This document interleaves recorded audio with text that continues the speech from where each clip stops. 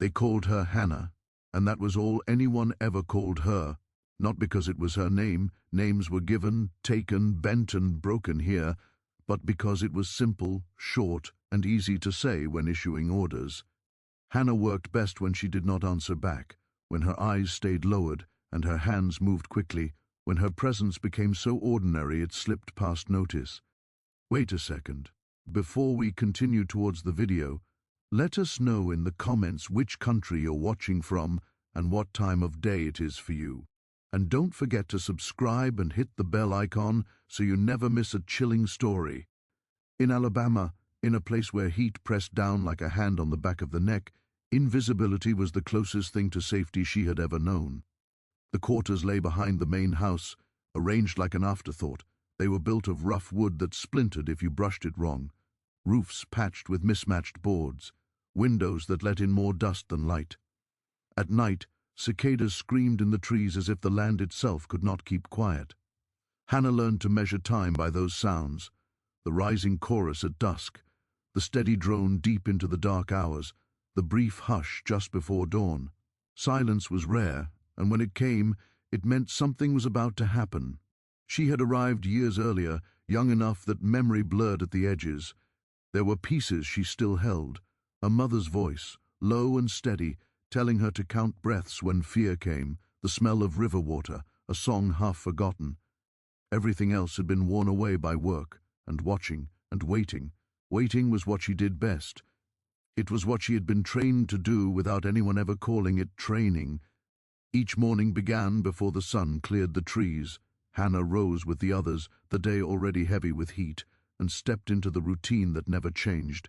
Water fetched, floors scrubbed, food prepared and carried, never tasted unless permission was given or scraps were dropped. The main house loomed ahead, white and wide, with columns that looked strong from a distance and cracked when you stood close enough to see. The house had moods.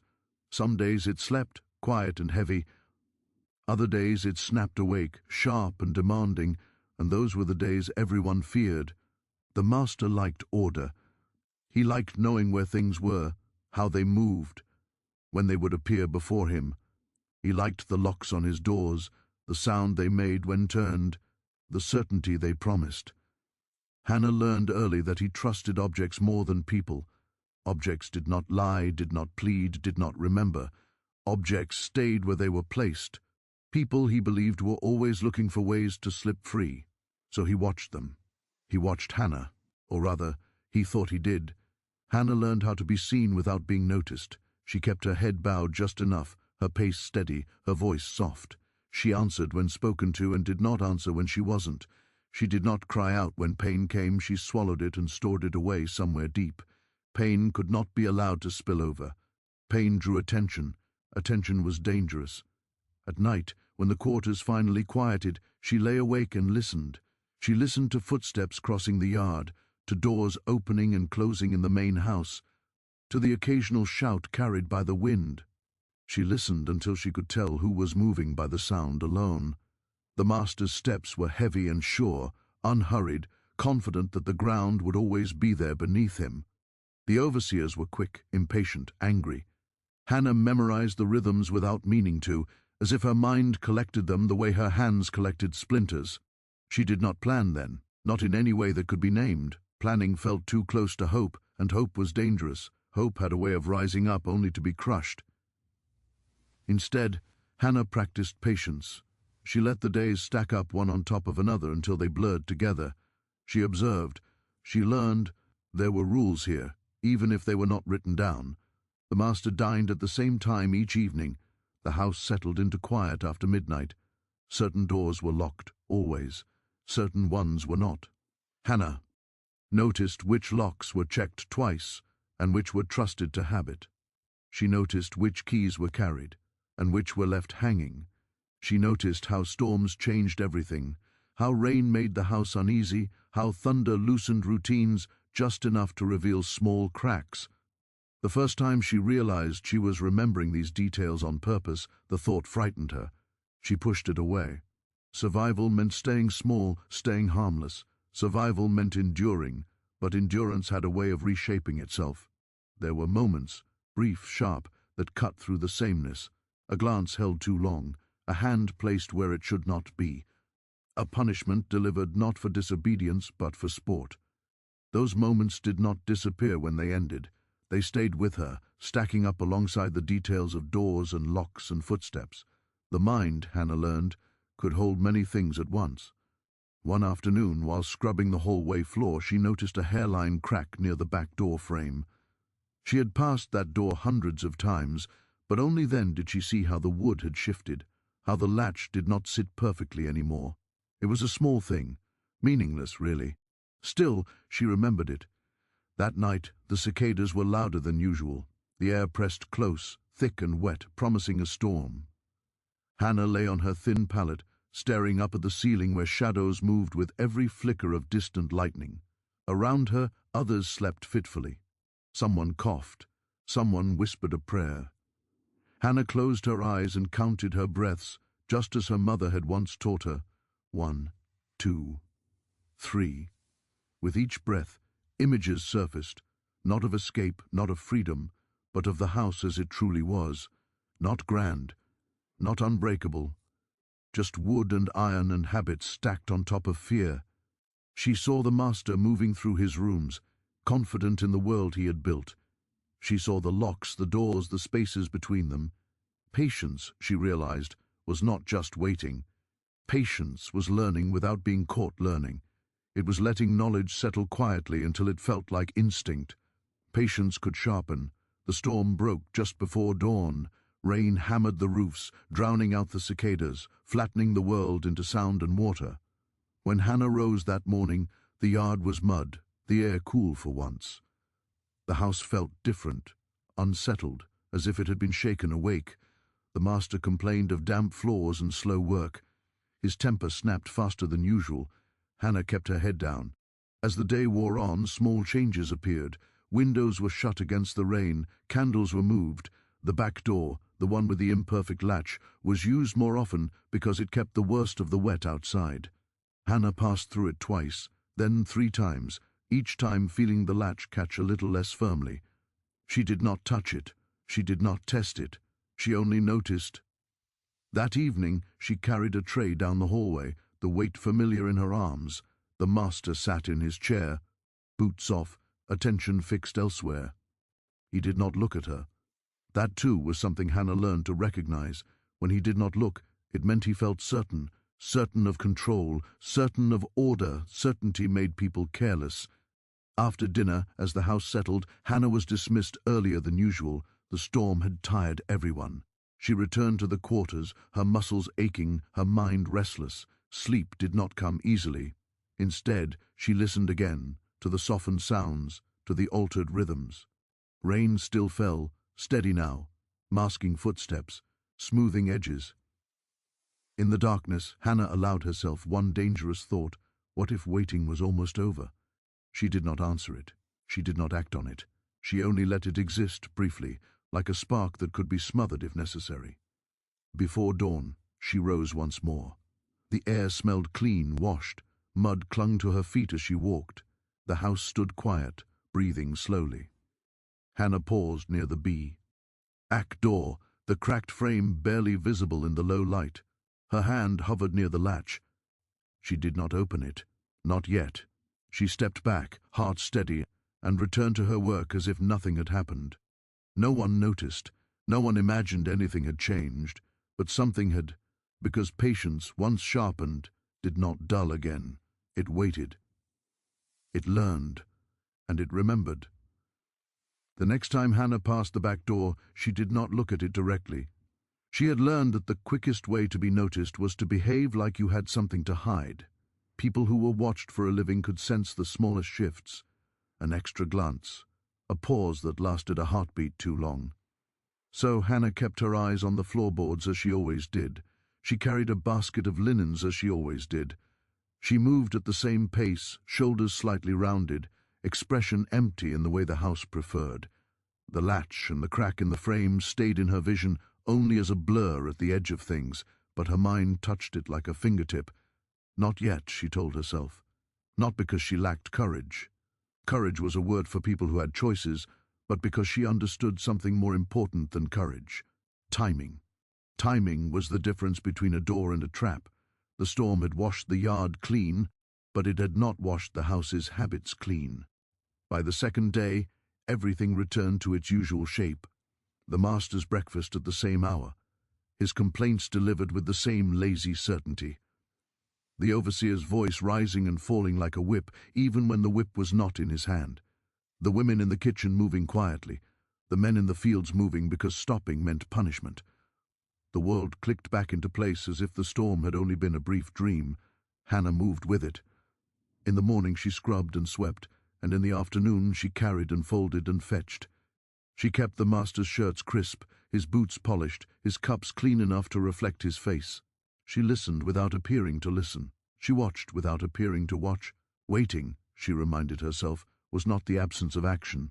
Waiting was action done slowly. At night, the quarters settled into their uneasy sleep. Hannah lay on her pallet and listened to her own breath again, 1, 2, 3, and then beyond it to everything the darkness offered. The house had a language. Wood creaked in certain corners. A window rattled when the wind came from the east. The kitchen door sighed when it swung closed because its hinge was worn. Hannah learned these sounds until she could tell when something changed, even slightly, and that was how she knew the master was restless. It began with little things. He walked later into the night, his heavy steps crossing the hallway after midnight when he normally stayed in his room. He ordered candles moved into different holders. He asked for his keys more often, jingling them in his hand as if the sound soothed him. He had not seen the crack in the back door frame.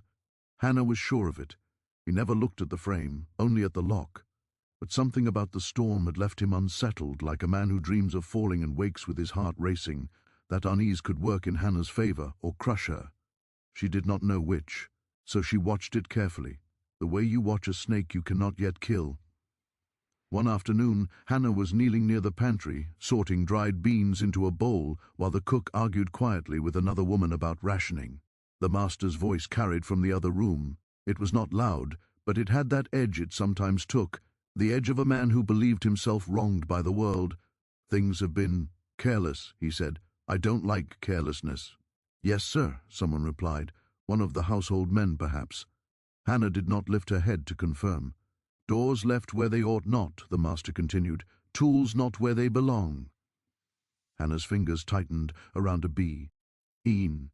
She forced them to relax. The cook hissed a warning under her breath. "Don't listen," and Hannah gave the smallest nod without looking up. Her face stayed blank. Her hands kept working. Later, when she carried a tray to the dining room, she saw the master's keys on the table beside him. He toyed with them, as if they were a charm. His gaze flicked toward the back hallway once, then away. He noticed the movement of the house. He sensed, perhaps, that his control depended on routines he could not fully see. The house was a machine, and the master was afraid of it breaking. Hannah took that fear and tucked it into the growing map in her mind. That night, she did something she had not done before. She counted not her breaths, but the minutes between sounds. The master's footsteps crossed the hallway at 11. A pause. A chair's scrape at 11:10. Another pause. The soft clink of metal at 11:15. Keys, likely. Then silence until midnight, when the overseer crossed the yard and shouted at someone too slow to move away from the rain barrel. The shout faded. Silence again. Hannah stared into the darkness and let each sound become a mark on an invisible page. If she could predict the house, she could move within it. If she could move within it, she could... She stopped herself. The thought rose too high, too fast. Freedom was a word you did not speak in the quarters. It was a word that made people reckless, and reckless people vanished. Still, the map was becoming clearer. In the days that followed, Hannah tested herself in ways so small no one else would have called them tests. She left a cloth folded in a place she normally wouldn't, just to see if anyone noticed. She placed a spoon slightly out of line among the others. She watched how quickly the cook corrected it, how the cook's eyes darted to the doorway first. The cook had her own map, Hannah realized. Everyone did, in their own way. Survival demanded it. She tested doors too, but not the way the master feared. When she passed through the kitchen door, she listened for the hinge's sigh and noted whether it sounded looser or tighter that day. When she opened the pantry, she paid attention to how far it swung before it caught. When she walked near the back door, she let the air brushing through the crack touch her skin and told herself exactly how wide it must be. No hands on the latch. Not yet. The master's restlessness sharpened into suspicion. He began to call household workers to him for small questions that weren't really questions. Where had the broom gone? Who had moved the lamp? Why was the window unlatched? Sometimes he asked Hannah directly. She answered with the same softness every time. "I don't know, sir. Yes, sir. No, sir." He looked at her like a man trying to see through fog. Hannah lowered her eyes and became fog. The most dangerous thing about suspicion was how it infected everything. Even kindness, rare as it was, could become a trap, a softer tone, a gift of leftover food, a word that sounded almost gentle. Hannah had learned long ago that such moments did not mean you were safe. They meant someone wanted something from you. They meant you were being used in a different way, so she accepted nothing. She took no extra. She stepped carefully around anything that looked like a path offered too easily. Still, she could feel the line tightening around the household like a rope pulled slowly taut. One evening, as the sky turned the color of bruised peaches, the master announced he would have guests the next day. Guests meant extra work, extra eyes, extra chances to be blamed for anything that went wrong. The kitchen turned frantic. The cook snapped at everyone. The younger girls were sent to wash and scrub until their hands cracked. Hannah was told to clean the parlor, polish the silver, sweep the front steps. She did it all. But as she worked, she watched the house fill with movement. The master's men carried chairs and rugs, shifting furniture. Windows were opened, then shut again. Candles were arranged in rows. The back hallway, usually quiet in the evening, became busy with servants hurrying in and out. Busy spaces were dangerous. Busy spaces were also cover. Hannah kept her head down and let the bustle hide her thinking. The night before the guests arrived, the master stayed awake later than usual. She heard him in the parlor, speaking to the overseer in low tones. Hannah could not catch every word, but she caught enough to understand the shape of it. "Don't like how they look at things," the master said. "They're just talking," the overseer replied, uncertain. "Talking becomes trouble," the master snapped. "I want everything tight, everything watched." Hannah's stomach turned cold. She realized then that the master's suspicion was not random. It was aimed outward at first, at rumors, at people passing by, at the world beyond his land, but it was turning inward, turning toward the very people who kept his house standing. If he decided someone was trouble, it would not matter whether they had done anything. Trouble was a label that could kill. That night, Hannah did not sleep. She lay still, eyes open, and let her mind run along the map again. Doors, locks, keys, sounds, storms, shifts. She pictured the cracked frame of the back door and imagined how a latch might slip if pushed just right. She imagined what the yard looked like in darkness, how the fence line ran, where the trees began to thicken into woods. She imagined, too, what it would mean to be caught halfway. A sound rose in her throat, something between a sob and a laugh, but she swallowed it down. Emotion was dangerous. Emotion pushed people to act too quickly. She needed patience. She needed control. At dawn, the house erupted into preparation for the guests. Hannah moved through the noise like a shadow. She carried water, set plates, wiped fingerprints from glass. The master was in a better mood now, wearing his public face. Public faces were polished like his boots, shiny, hard, reflecting nothing true. The guests arrived near noon. Hannah caught glimpses, men in clean coats, women with stiff skirts, laughter that sounded sharp. They sat in the parlor drinking and talking while servants drifted through like furniture. Hannah served tea and kept her eyes down, but she listened. The men talked about land and crops and politics in a way that suggested those things belonged only to them. They joked about storms. They laughed about keeping order. One of them mentioned that patrols had been increased in nearby counties. Another said runaways were being hunted harder now. Hannah held the teapot steady, though her hands threatened to shake. Patrols, hunting, increased watch. If she waited too long, the rope would tighten until there was no space left to slip through. The realization did not make her reckless. It made her clear. That evening, after the guests had eaten and drunk and left, the house was exhausted. Servants moved slower. The cook's anger faded into dull fatigue. The master retreated to his room early, satisfied with his performance. The yard grew quiet. Rain began again, lightly at first, then steadier. Another storm, as if the sky had decided to repeat itself. The sound softened the world. It covered footsteps. It made the fence posts glisten darkly. It made the air smell like wet earth and possibility. Hannah found herself in the back hallway with a stack of plates. She paused, only for a moment, at the door with the cracked frame. This time, her hand reached out, not to open it, just to feel the latch. Her fingertips brushed the metal, cool, slick, familiar in shape though she had never touched it before.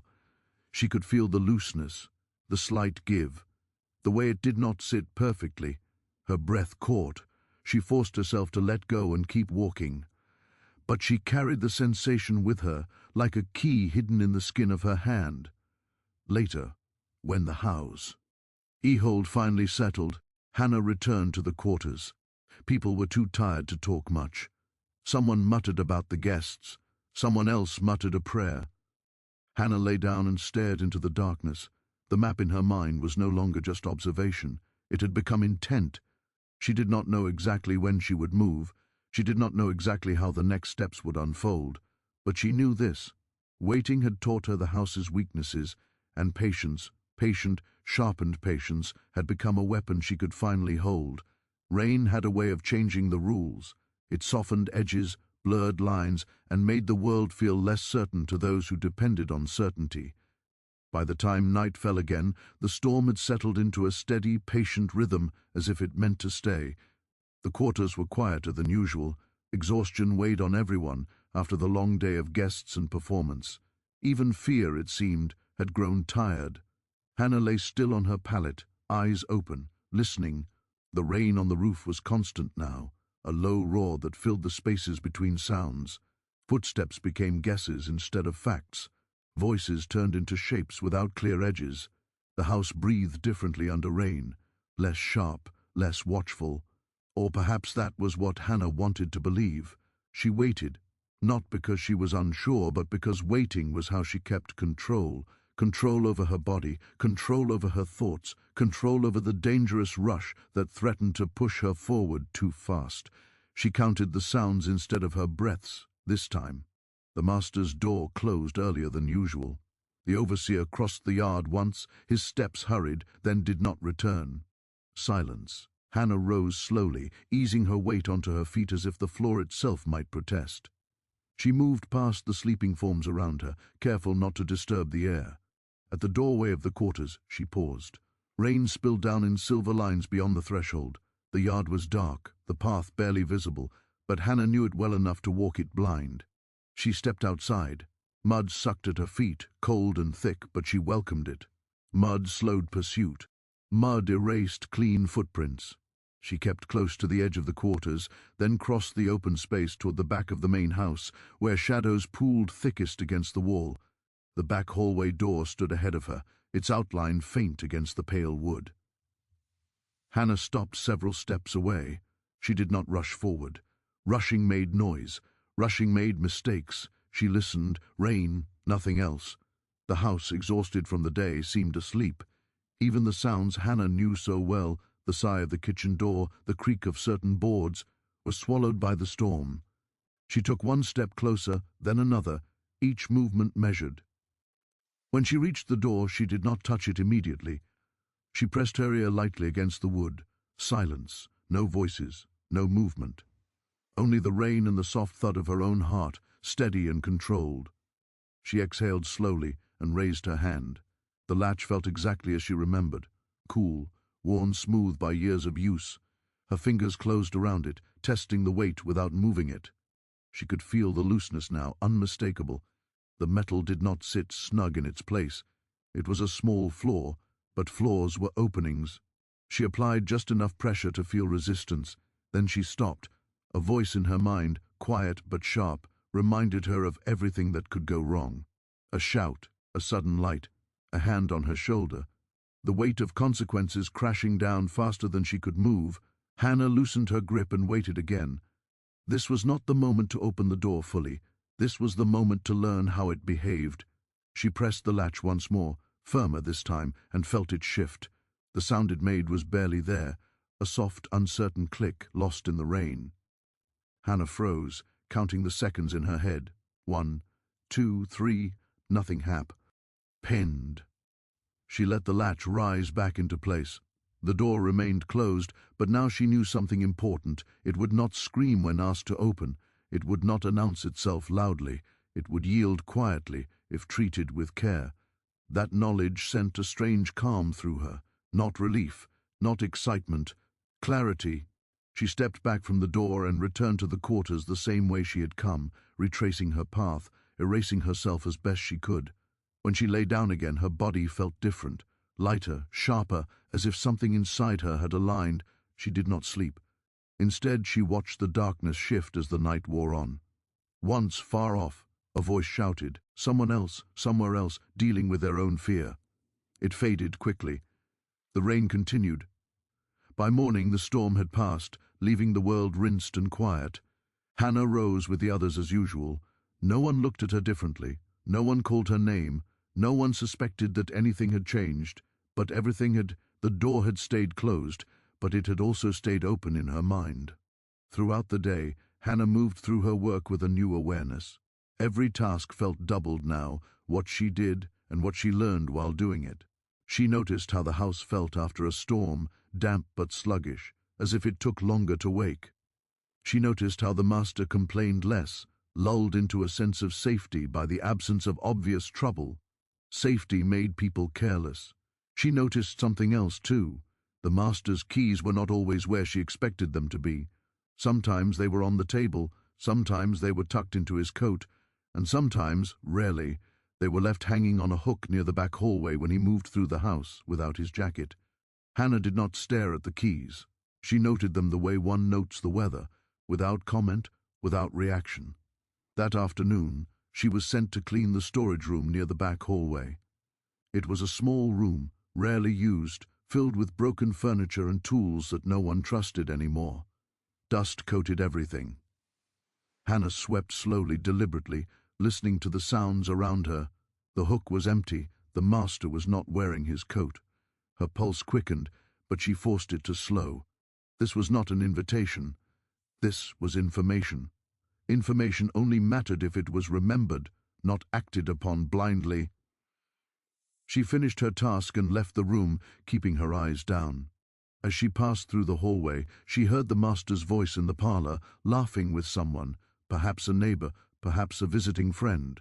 Laughter meant distraction. Distraction meant opportunity. Hannah did not take it. Not yet. That night she lay awake again, the pattern repeating. Rain did not come this time. The air was heavy and still. Without the storm's cover, the house's sounds sharpened. Footsteps carried farther, doors creaked louder. Hannah stayed where she was. She was learning something just as important as how to open a door when not to. The next evening brought another small shift. The cook fell ill, leaving the kitchen understaffed. Hannah was called in to help later than usual. The work stretched past midnight. By the time the last pot was scrubbed, the house was deep in sleep. The back hallway lay empty.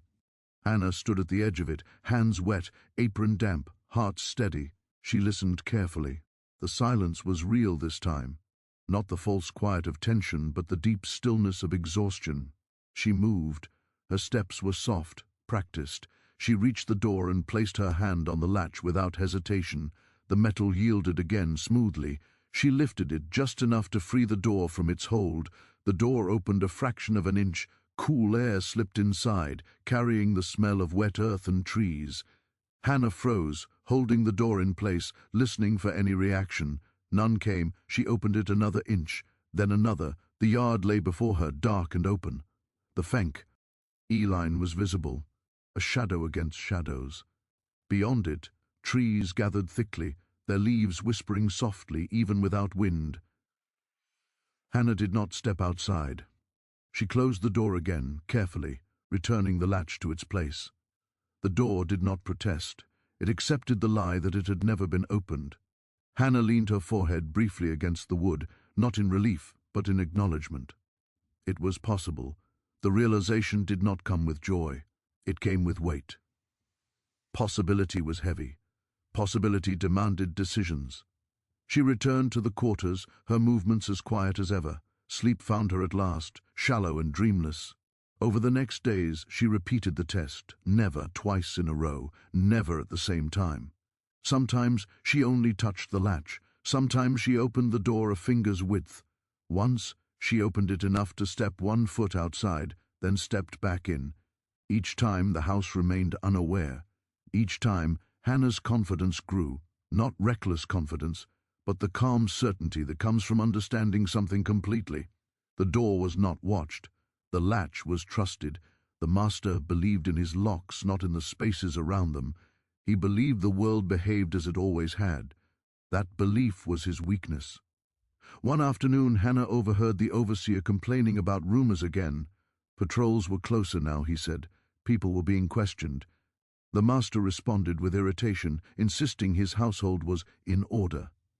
Hannah scrubbed the floor nearby and listened. In order, she thought, order was a story people told themselves when they wanted to feel safe.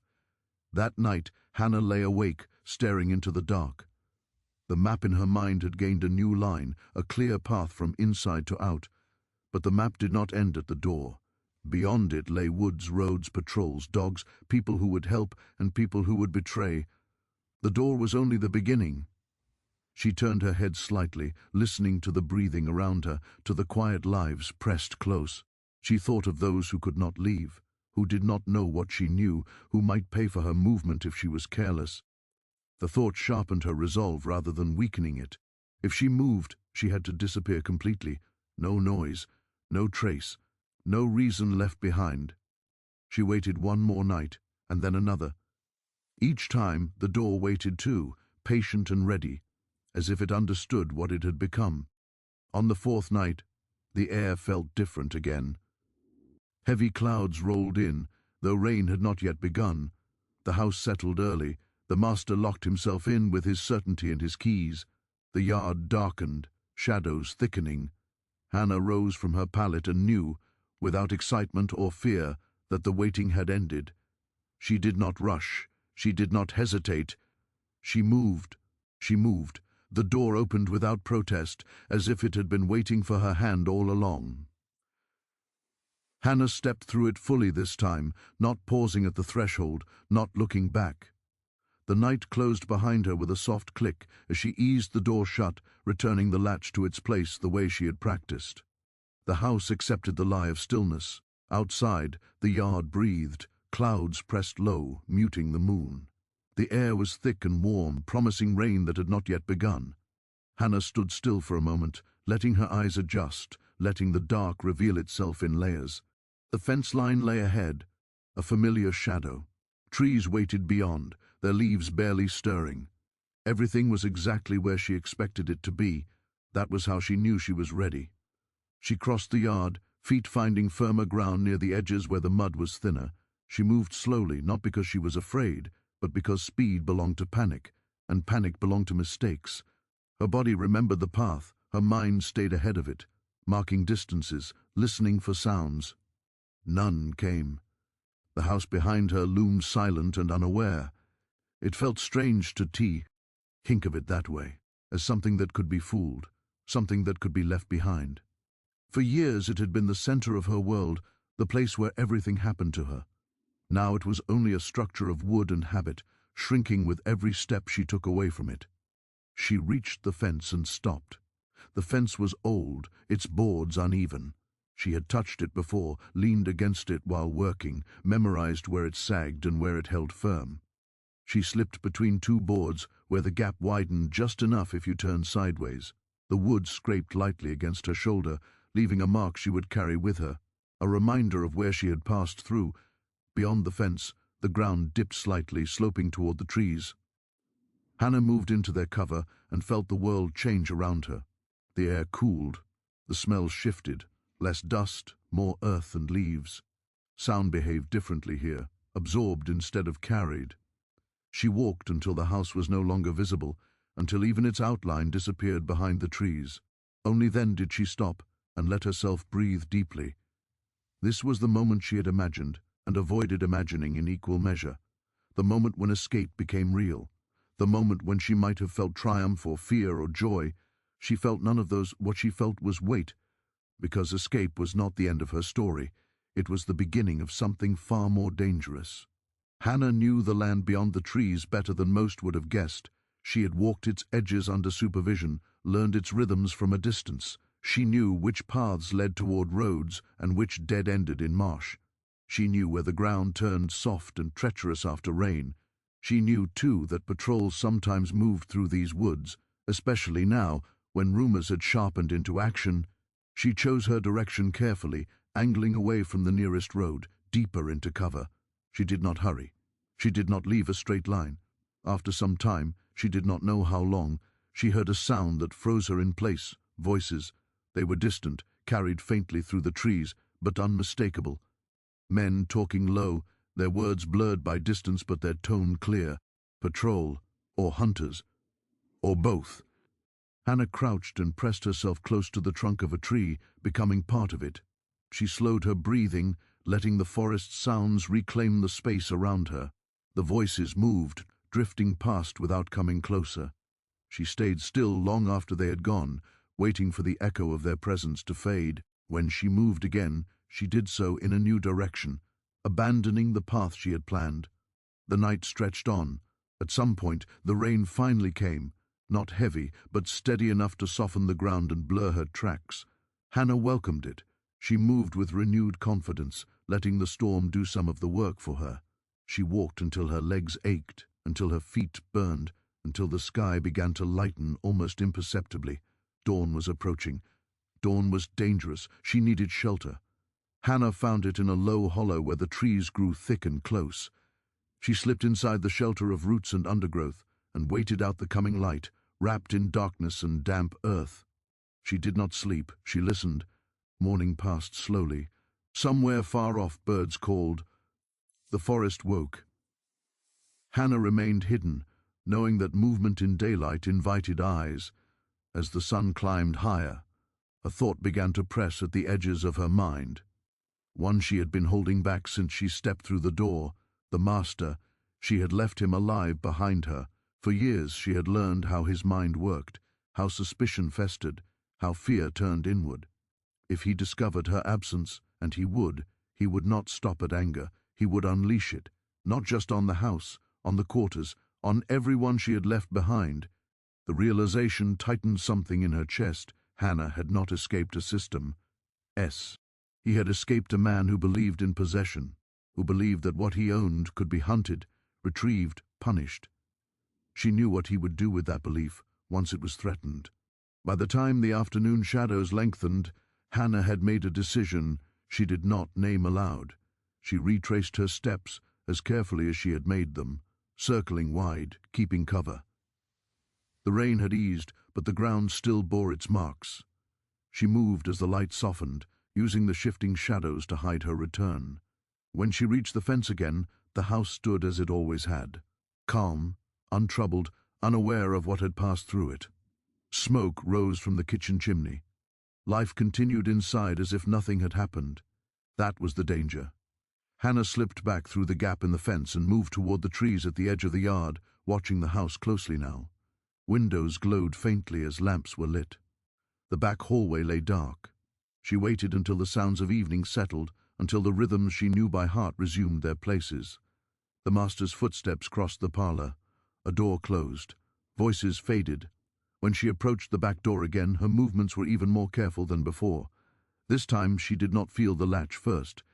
She opened it smoothly and slipped inside, closing it behind her with practiced ease. The house felt different when entered by choice. It no longer loomed. It no longer pressed down. It felt hollow, like a shell. Hannah moved through the back hallway, keeping to the edges, her bare feet silent on the floor. She passed the storage room, the kitchen, the narrow passage that led toward the master's rooms. She stopped where the shadows were thickest and listened. The master was alone. She could tell by the sound of his breathing, by the absence of other movement. He had dismissed the overseer early.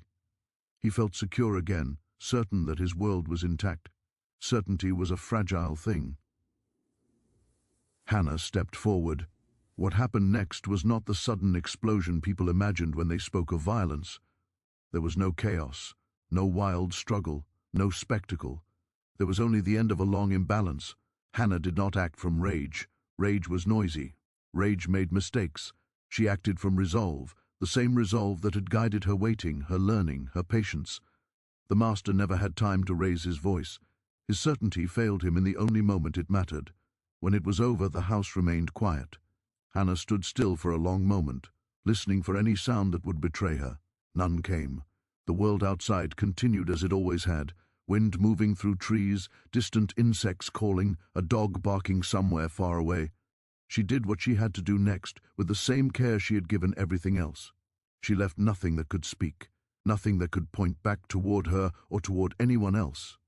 By the time she stepped back into the back hallway, the house was already becoming something else, a place emptied of its center, its power cut away. It would take time for others to understand what had changed, time Hannah would not give them. She moved quickly now, though not carelessly. She passed through the kitchen, out the back door, and into the yard. The fence welcomed her again. The trees opened their cover. This time, she did not stop to listen for voices. This time, she did not look back.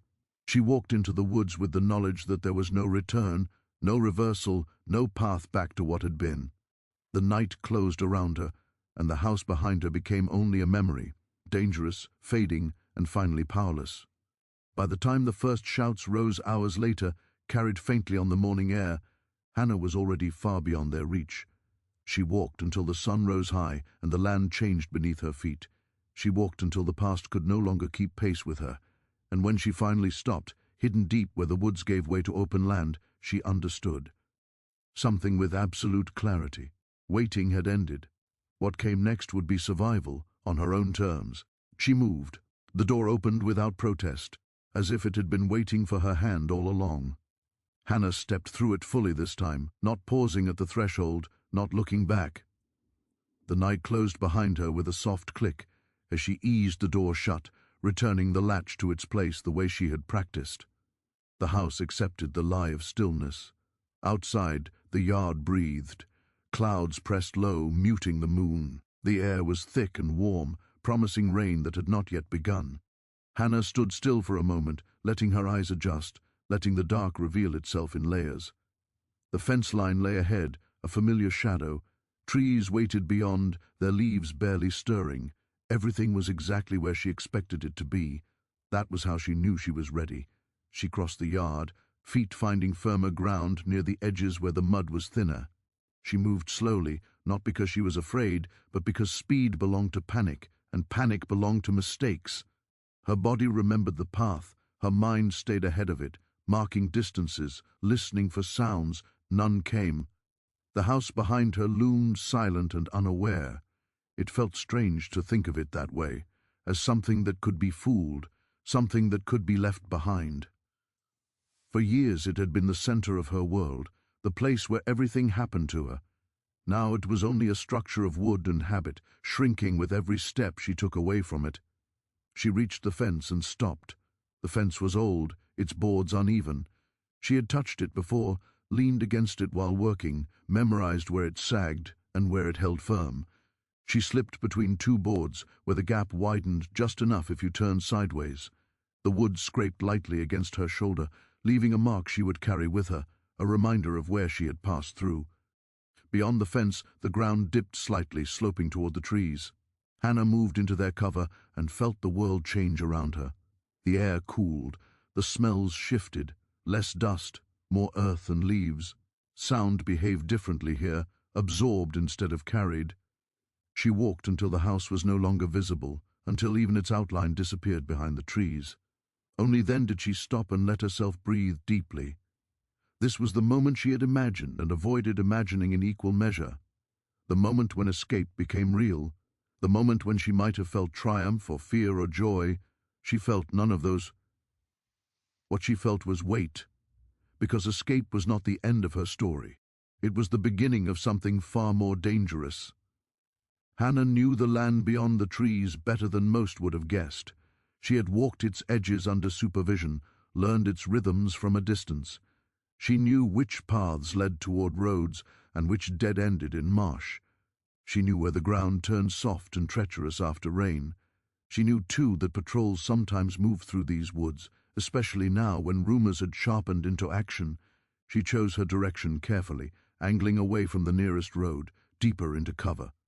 She did not hurry. She did not leave a straight line.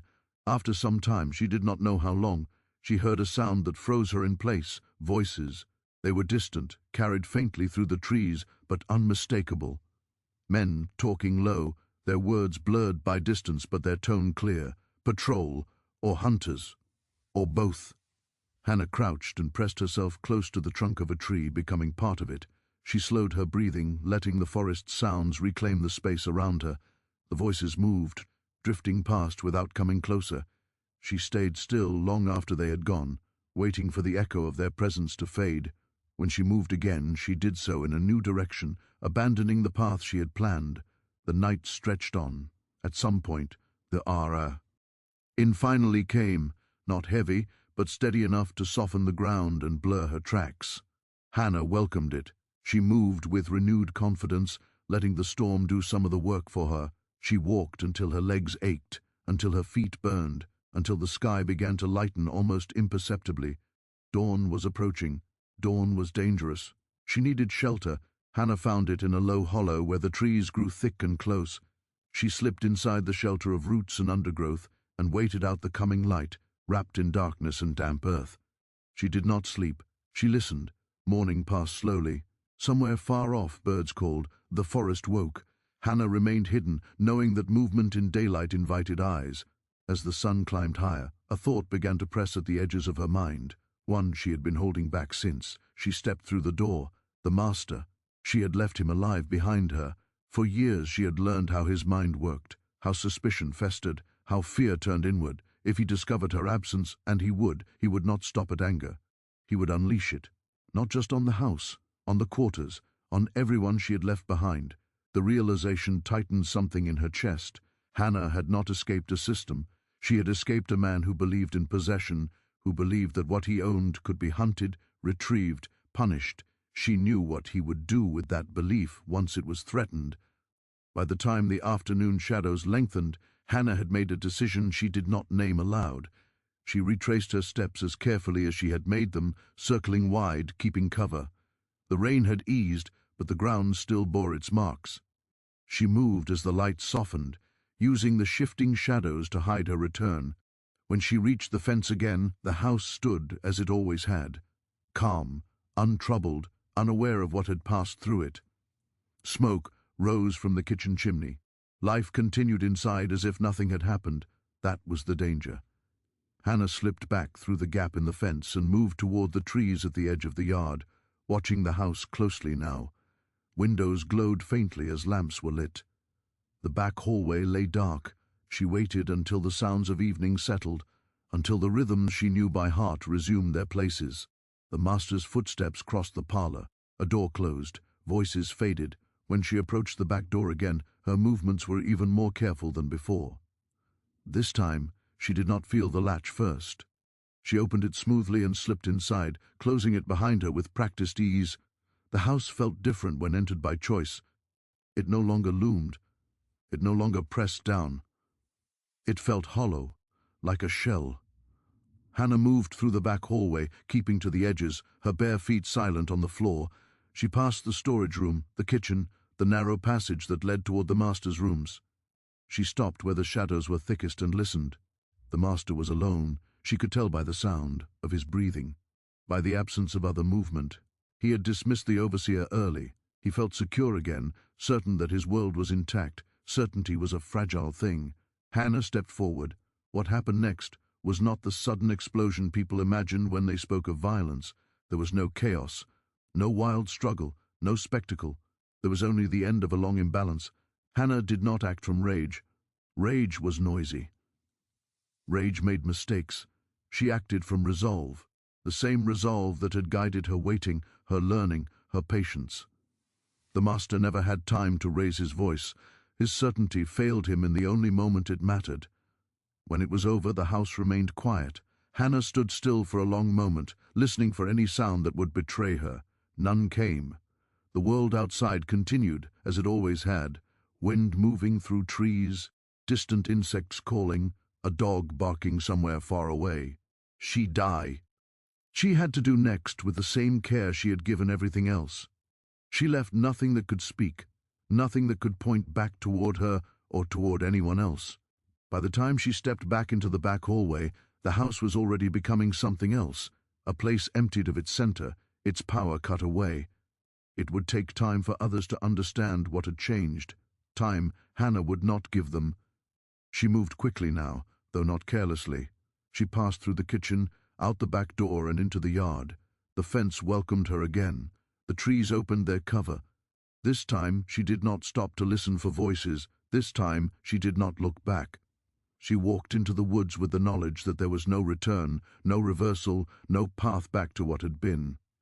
The night closed around her, and the house behind her became only a memory, dangerous, fading, and finally powerless.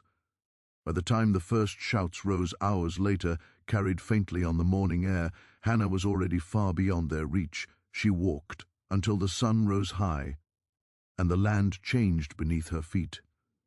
She walked until the past could no longer keep pace with her, and when she finally stopped, hidden deep where the woods gave way to open land, she understood something with absolute clarity.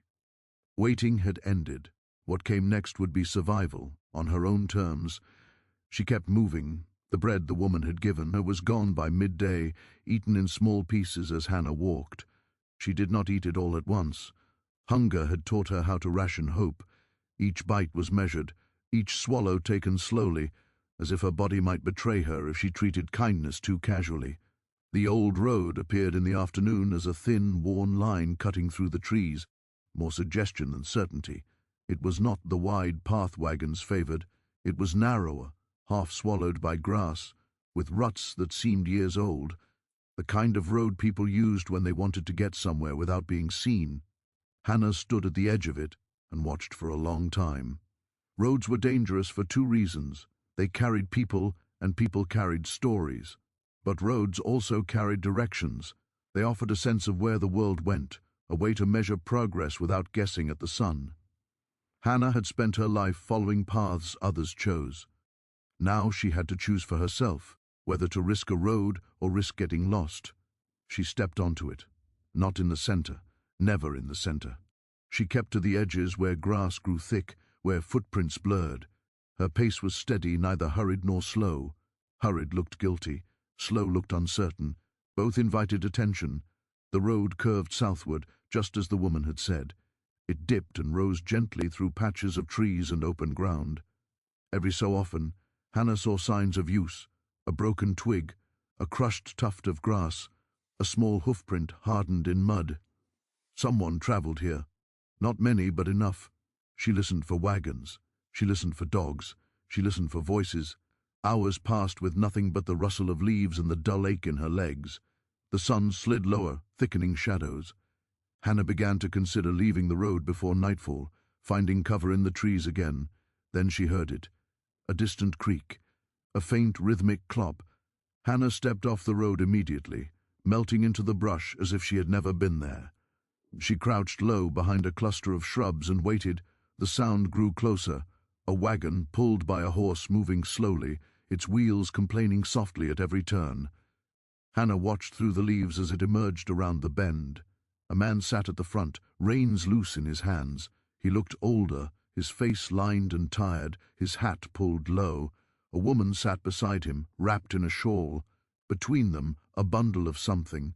Supplies, perhaps. They did not look like patrol. They did not look like hunters. Still, Hannah held her breath. The wagon passed without slowing. The horse's hooves thudded softly on the dirt. The couple talked quietly, their voices too low to understand. Ordinary people moving through an ordinary day. When the wagon disappeared, Hannah remained crouched for several more minutes, listening for any sign that they had stopped or turned back. Nothing. She rose slowly, brushing dirt from her hands. The world had not noticed her. That was good, and also frightening, because it meant she could keep walking like this, an unseen figure in the edges of roads, until exhaustion took her, or until one wrong encounter ended everything. She stepped back onto the old road and continued. By the second day of travel, Hannah's body began to shift into a different kind of rhythm. The ache in her legs dulled into background noise. Her feet toughened. Hunger sharpened her senses instead of weakening them. She learned to watch the sky for signs of rain, to smell water before she saw it, to recognize when birds fell silent, an omen of something moving through the trees. She also learned something else. The further south she went, the less she understood the land. The trees changed gradually, the undergrowth thickening in new patterns. Farms appeared in the distance, then faded behind her. She saw smoke from chimneys, heard faint barking from unseen yards. She avoided all of it. On the third evening, Hannah found a small abandoned shed near the edge of a field. Its door hung crooked, and the smell inside was stale, but it offered walls and a roof. She settled in the far corner, close to the back, where she could slip out quickly if needed. As she ate a few wild berries and a handful of nuts she had found, she allowed herself to think, carefully, briefly, about the life she might build if she survived long enough. Not a dream of grand freedom, not a fantasy of safety, something smaller, a place to sleep where no one could enter without permission. A name spoken softly by someone who meant it kindly. Work done for wages, not for survival. Days where the next hour was not decided by someone else's temper. The thoughts felt dangerous, but they also felt human. Hannah had been denied humanity for so long that even imagining it felt like a rebellion. She fell asleep and woke at dawn to a sound that made her blood run cold. Horses, several, moving fast. Hannah sat up sharply, every muscle tense. The sound was not distant and casual like the wagon before. It was urgent, coordinated. Multiple riders, their hooves beating hard against the ground. A patrol. Hannah pressed herself against the shed's wall and listened, counting the riders by the rhythm of hooves. 1, 2, 3, 4, maybe 5. They passed on the main road somewhere not far away, their voices rising briefly as they shouted to one another. Hannah could not understand the words, but she did not need to. The tone carried intent. Search. She waited until the sound faded completely before moving. When she stepped out of the shed, the air felt sharper, as if the world had shifted. The patrol had been near. Too near. Hannah left the old road that day.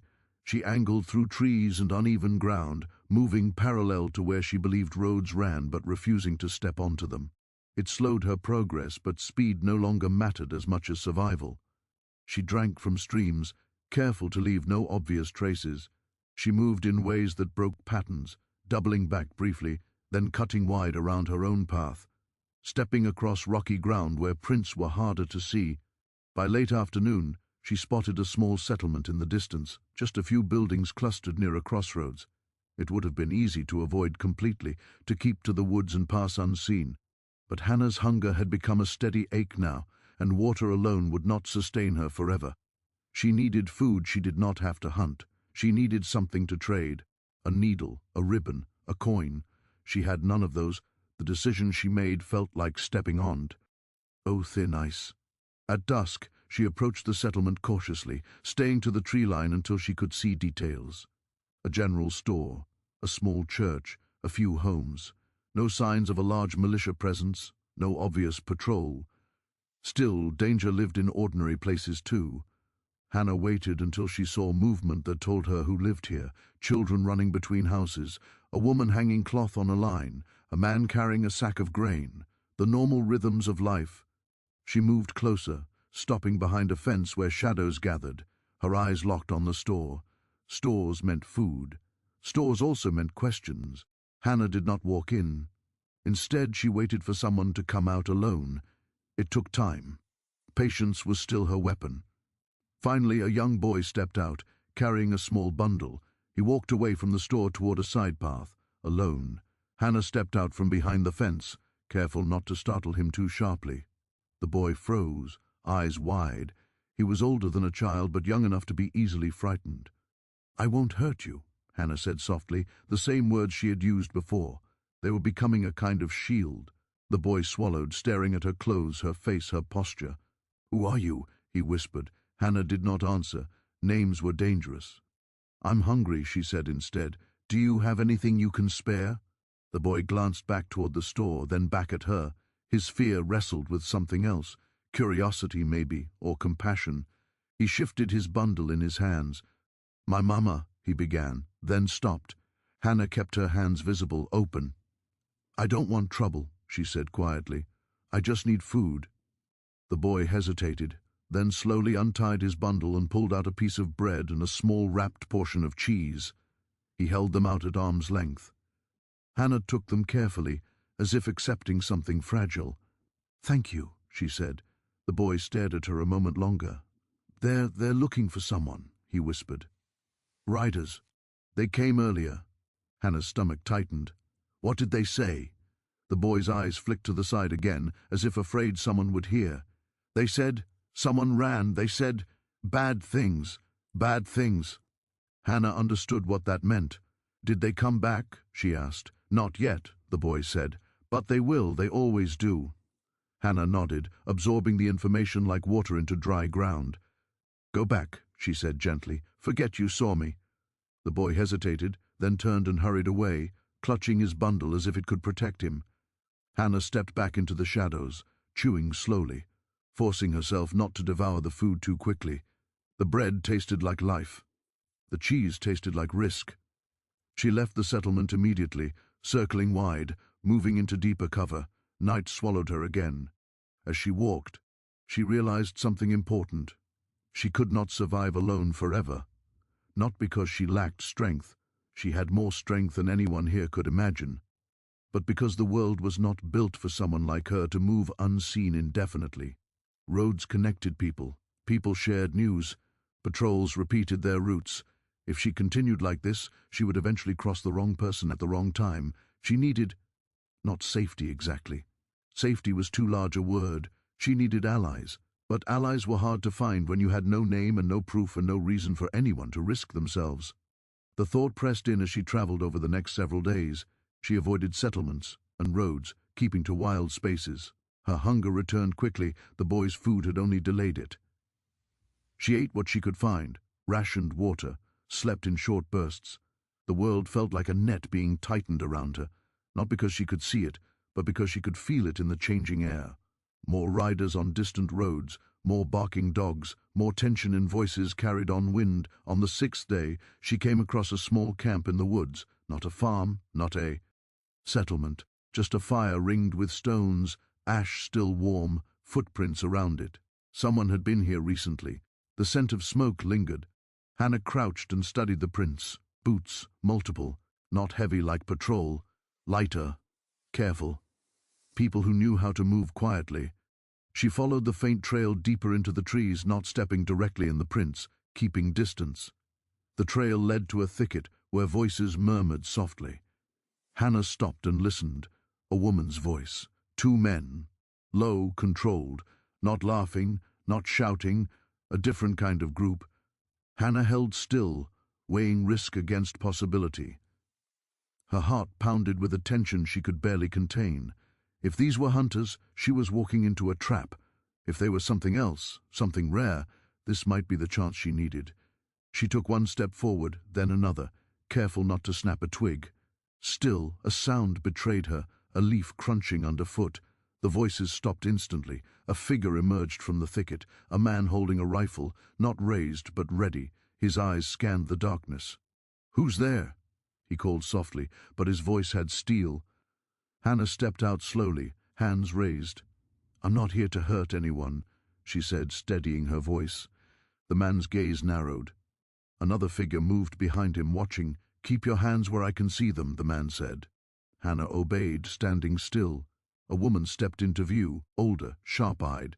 She studied Hannah's face the way the other woman had, but with a different kind of recognition. Not pity, assessment. "You're running," the woman said, not as a question. Hannah swallowed. "Yes." The woman's gaze flicked over Hannah's clothes, her posture, her feet. "From where?" Hannah hesitated. Names were dangerous. "You said trouble is looking," the woman said at last. "What kind of trouble?" Hannah chose her words carefully. "The kind that rides," she said. "The kind that asks questions after it has already decided the answers." "Tay, you move with us, you follow our rules." Hannah nodded without hesitation. "I know how." Night deepened as they worked. The fire was extinguished, carefully, its ashes scattered. Belongings were packed into small bundles. Nothing unnecessary, nothing heavy. Hannah took her place among them without being told, mirroring their movements, learning their rhythm. They moved before dawn, slipping through the trees in a staggered line. No one spoke. Each person watched a different angle, covering ground the way people did when they trusted one another with their lives. Hannah felt something unfamiliar settle into her bones. Belonging, not comfort, not safety, but alignment. As they walked, whispers followed them, not real ones, but the echo of what Hannah knew was spreading behind her. Stories shaped by fear traveled faster than people ever could. She imagined the words being passed from mouth to mouth: runaway, dangerous, example. She imagined her identity bending and twisting until it no longer resembled her. She would become a shadow in those stories. A warning. By midday, they reached a ridge overlooking a shallow valley. Ruth signaled for them to stop. They crouched low, scanning the land. Eli pointed to a distant line of dust. "Riders," he murmured. Hannah followed his gaze. The figures were far away, but their movement was unmistakable, organized, deliberate. "They're splitting up," Jonah whispered. "Covering ground." Ruth cursed softly. "They're serious." Hannah felt a familiar tightening in her chest. "They won't stop," she said. "Not now." Ruth glanced at her. "Why?" Hannah hesitated, then answered with the truth she had been carrying since the night she left. "Because it isn't just about me," she said. "It's about control. If they don't make me an example, others might think they can leave too." Ruth nodded grimly. "That's what I thought." They moved again, angling away from the riders, choosing rougher terrain. The pace quickened. Hannah kept up, though her muscles screamed. She did not complain. Complaints cost time. By late afternoon, they reached a narrow gorge where the land fell away sharply. Ruth paused at the edge, scanning the opposite side. "This is where we split," she said quietly. Jonah's head snapped up. "What?" Ruth turned to Hannah. "They're following you," she said. "Not us. Not yet." Hannah understood immediately. Her presence had shifted the hunter's focus. "You'll draw them east," Ruth continued. "We'll go west, deeper into cover. If they chase you, they won't find us." Hannah's heart pounded. "You're asking me to be bait." Ruth did not deny it. "I'm asking you to choose." The choice was brutal in its clarity. If she stayed, she risked exposing them all. If she left, she faced the riders alone again, weakened by days of travel. Hannah looked at the faces around her, tired, wary, alive. People who had taken a risk on her without knowing her story fully. "I'll go," she said. Jonah swore. "You can't." "I can," Hannah said, her voice steady. "I've been running alone this whole time. I can do it again." Ruth stepped closer, lowering her voice. "If you survive," she said, "head south. There are people there who help the ones no one else will. Look for the river bend where the water slows." Hannah nodded, committing the words to memory. Ruth reached out and pressed something into Hannah's hand, a small knife, worn smooth with use. "For cutting," she said simply. Hannah closed her fingers around it, feeling its weight. "Thank you."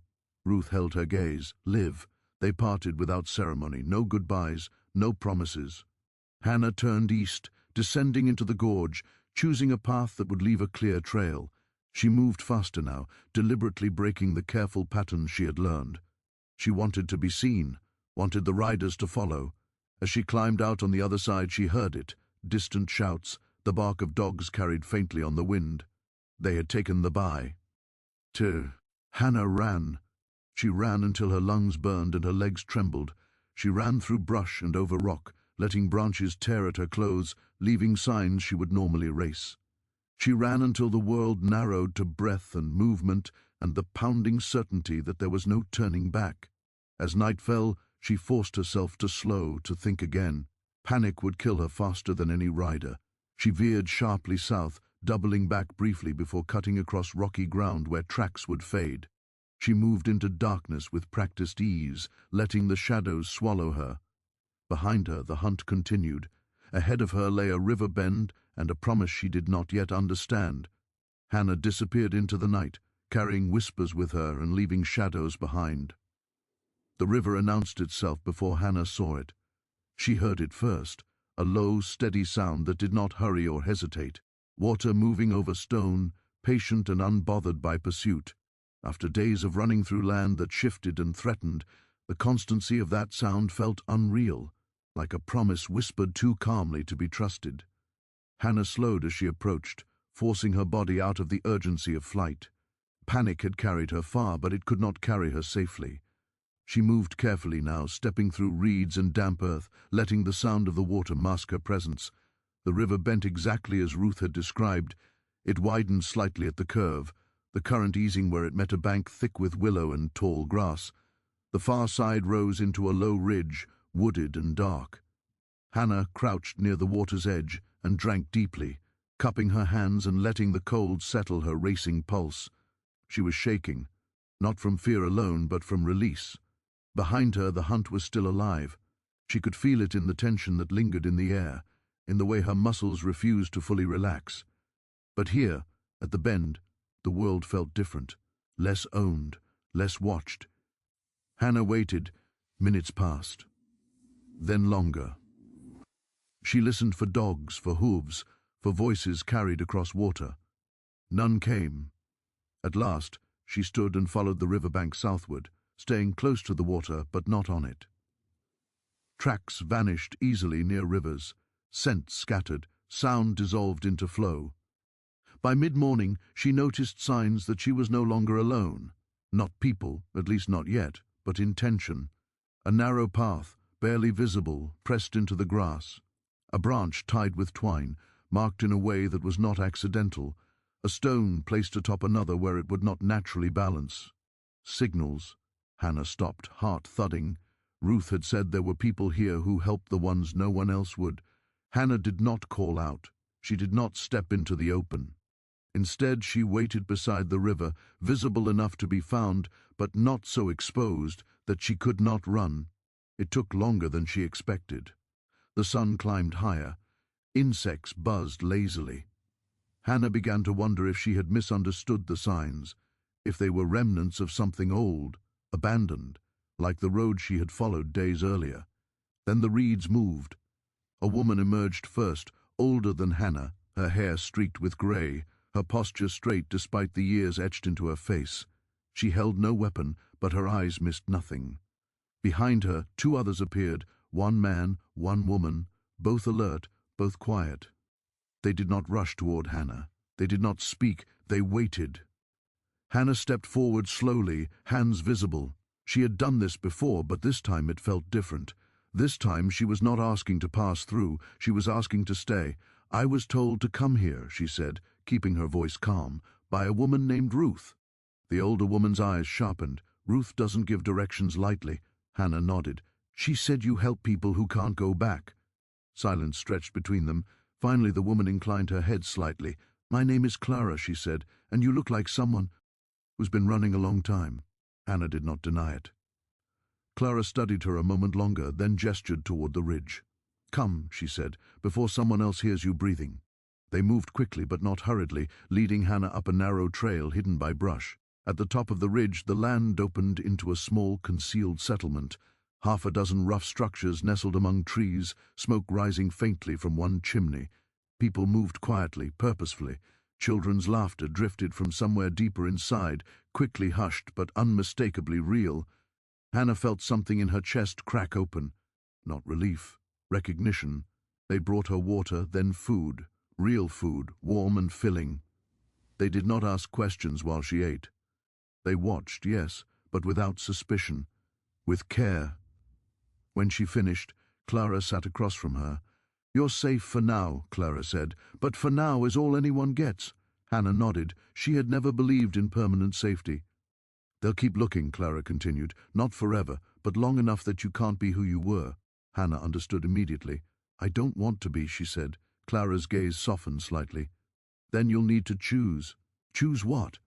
"A name," Clara said, "and with it a way of living that doesn't call the past back to you." Hannah looked down at her hands. They were scarred, strong, shaped by years of work and waiting. They belonged to someone who had survived things that should have destroyed her. "Hannah isn't really mine," she said quietly. Clara nodded. "Then leave it behind." The choice felt heavier than any she had made before, heavier than opening the door, heavier than running, heavier than fighting, because this choice was not about escape. It was about becoming. Hannah closed her eyes. She thought of silence, of patience, of the way water moved around obstacles instead of breaking against them. When she opened her eyes, she said, "Call me River." Clara smiled faintly. A good name, she said. It keeps moving. Life did not suddenly become easy. River learned new rules, different ones, but rules all the same. She worked alongside others, planting, repairing, carrying, learning how to exist without being commanded. She learned which paths were safe and which were watched. She learned how messages traveled quietly between places like this, how warnings were passed without being spoken aloud. At night, she slept without listening for footsteps in a hallway. Instead, she listened to wind in trees, to water moving nearby, to the steady breathing of people who chose to be where they were. The world beyond the ridge did not forget her immediately. Riders passed nearby more than once. Dogs were heard in the distance, but time wore the edges off urgency. New fears replaced old ones. The hunt thinned, then scattered, then ended, not with a declaration but with absence. River remained. She grew stronger. "Be for now," she would say, not because it was a promise, but because it was true.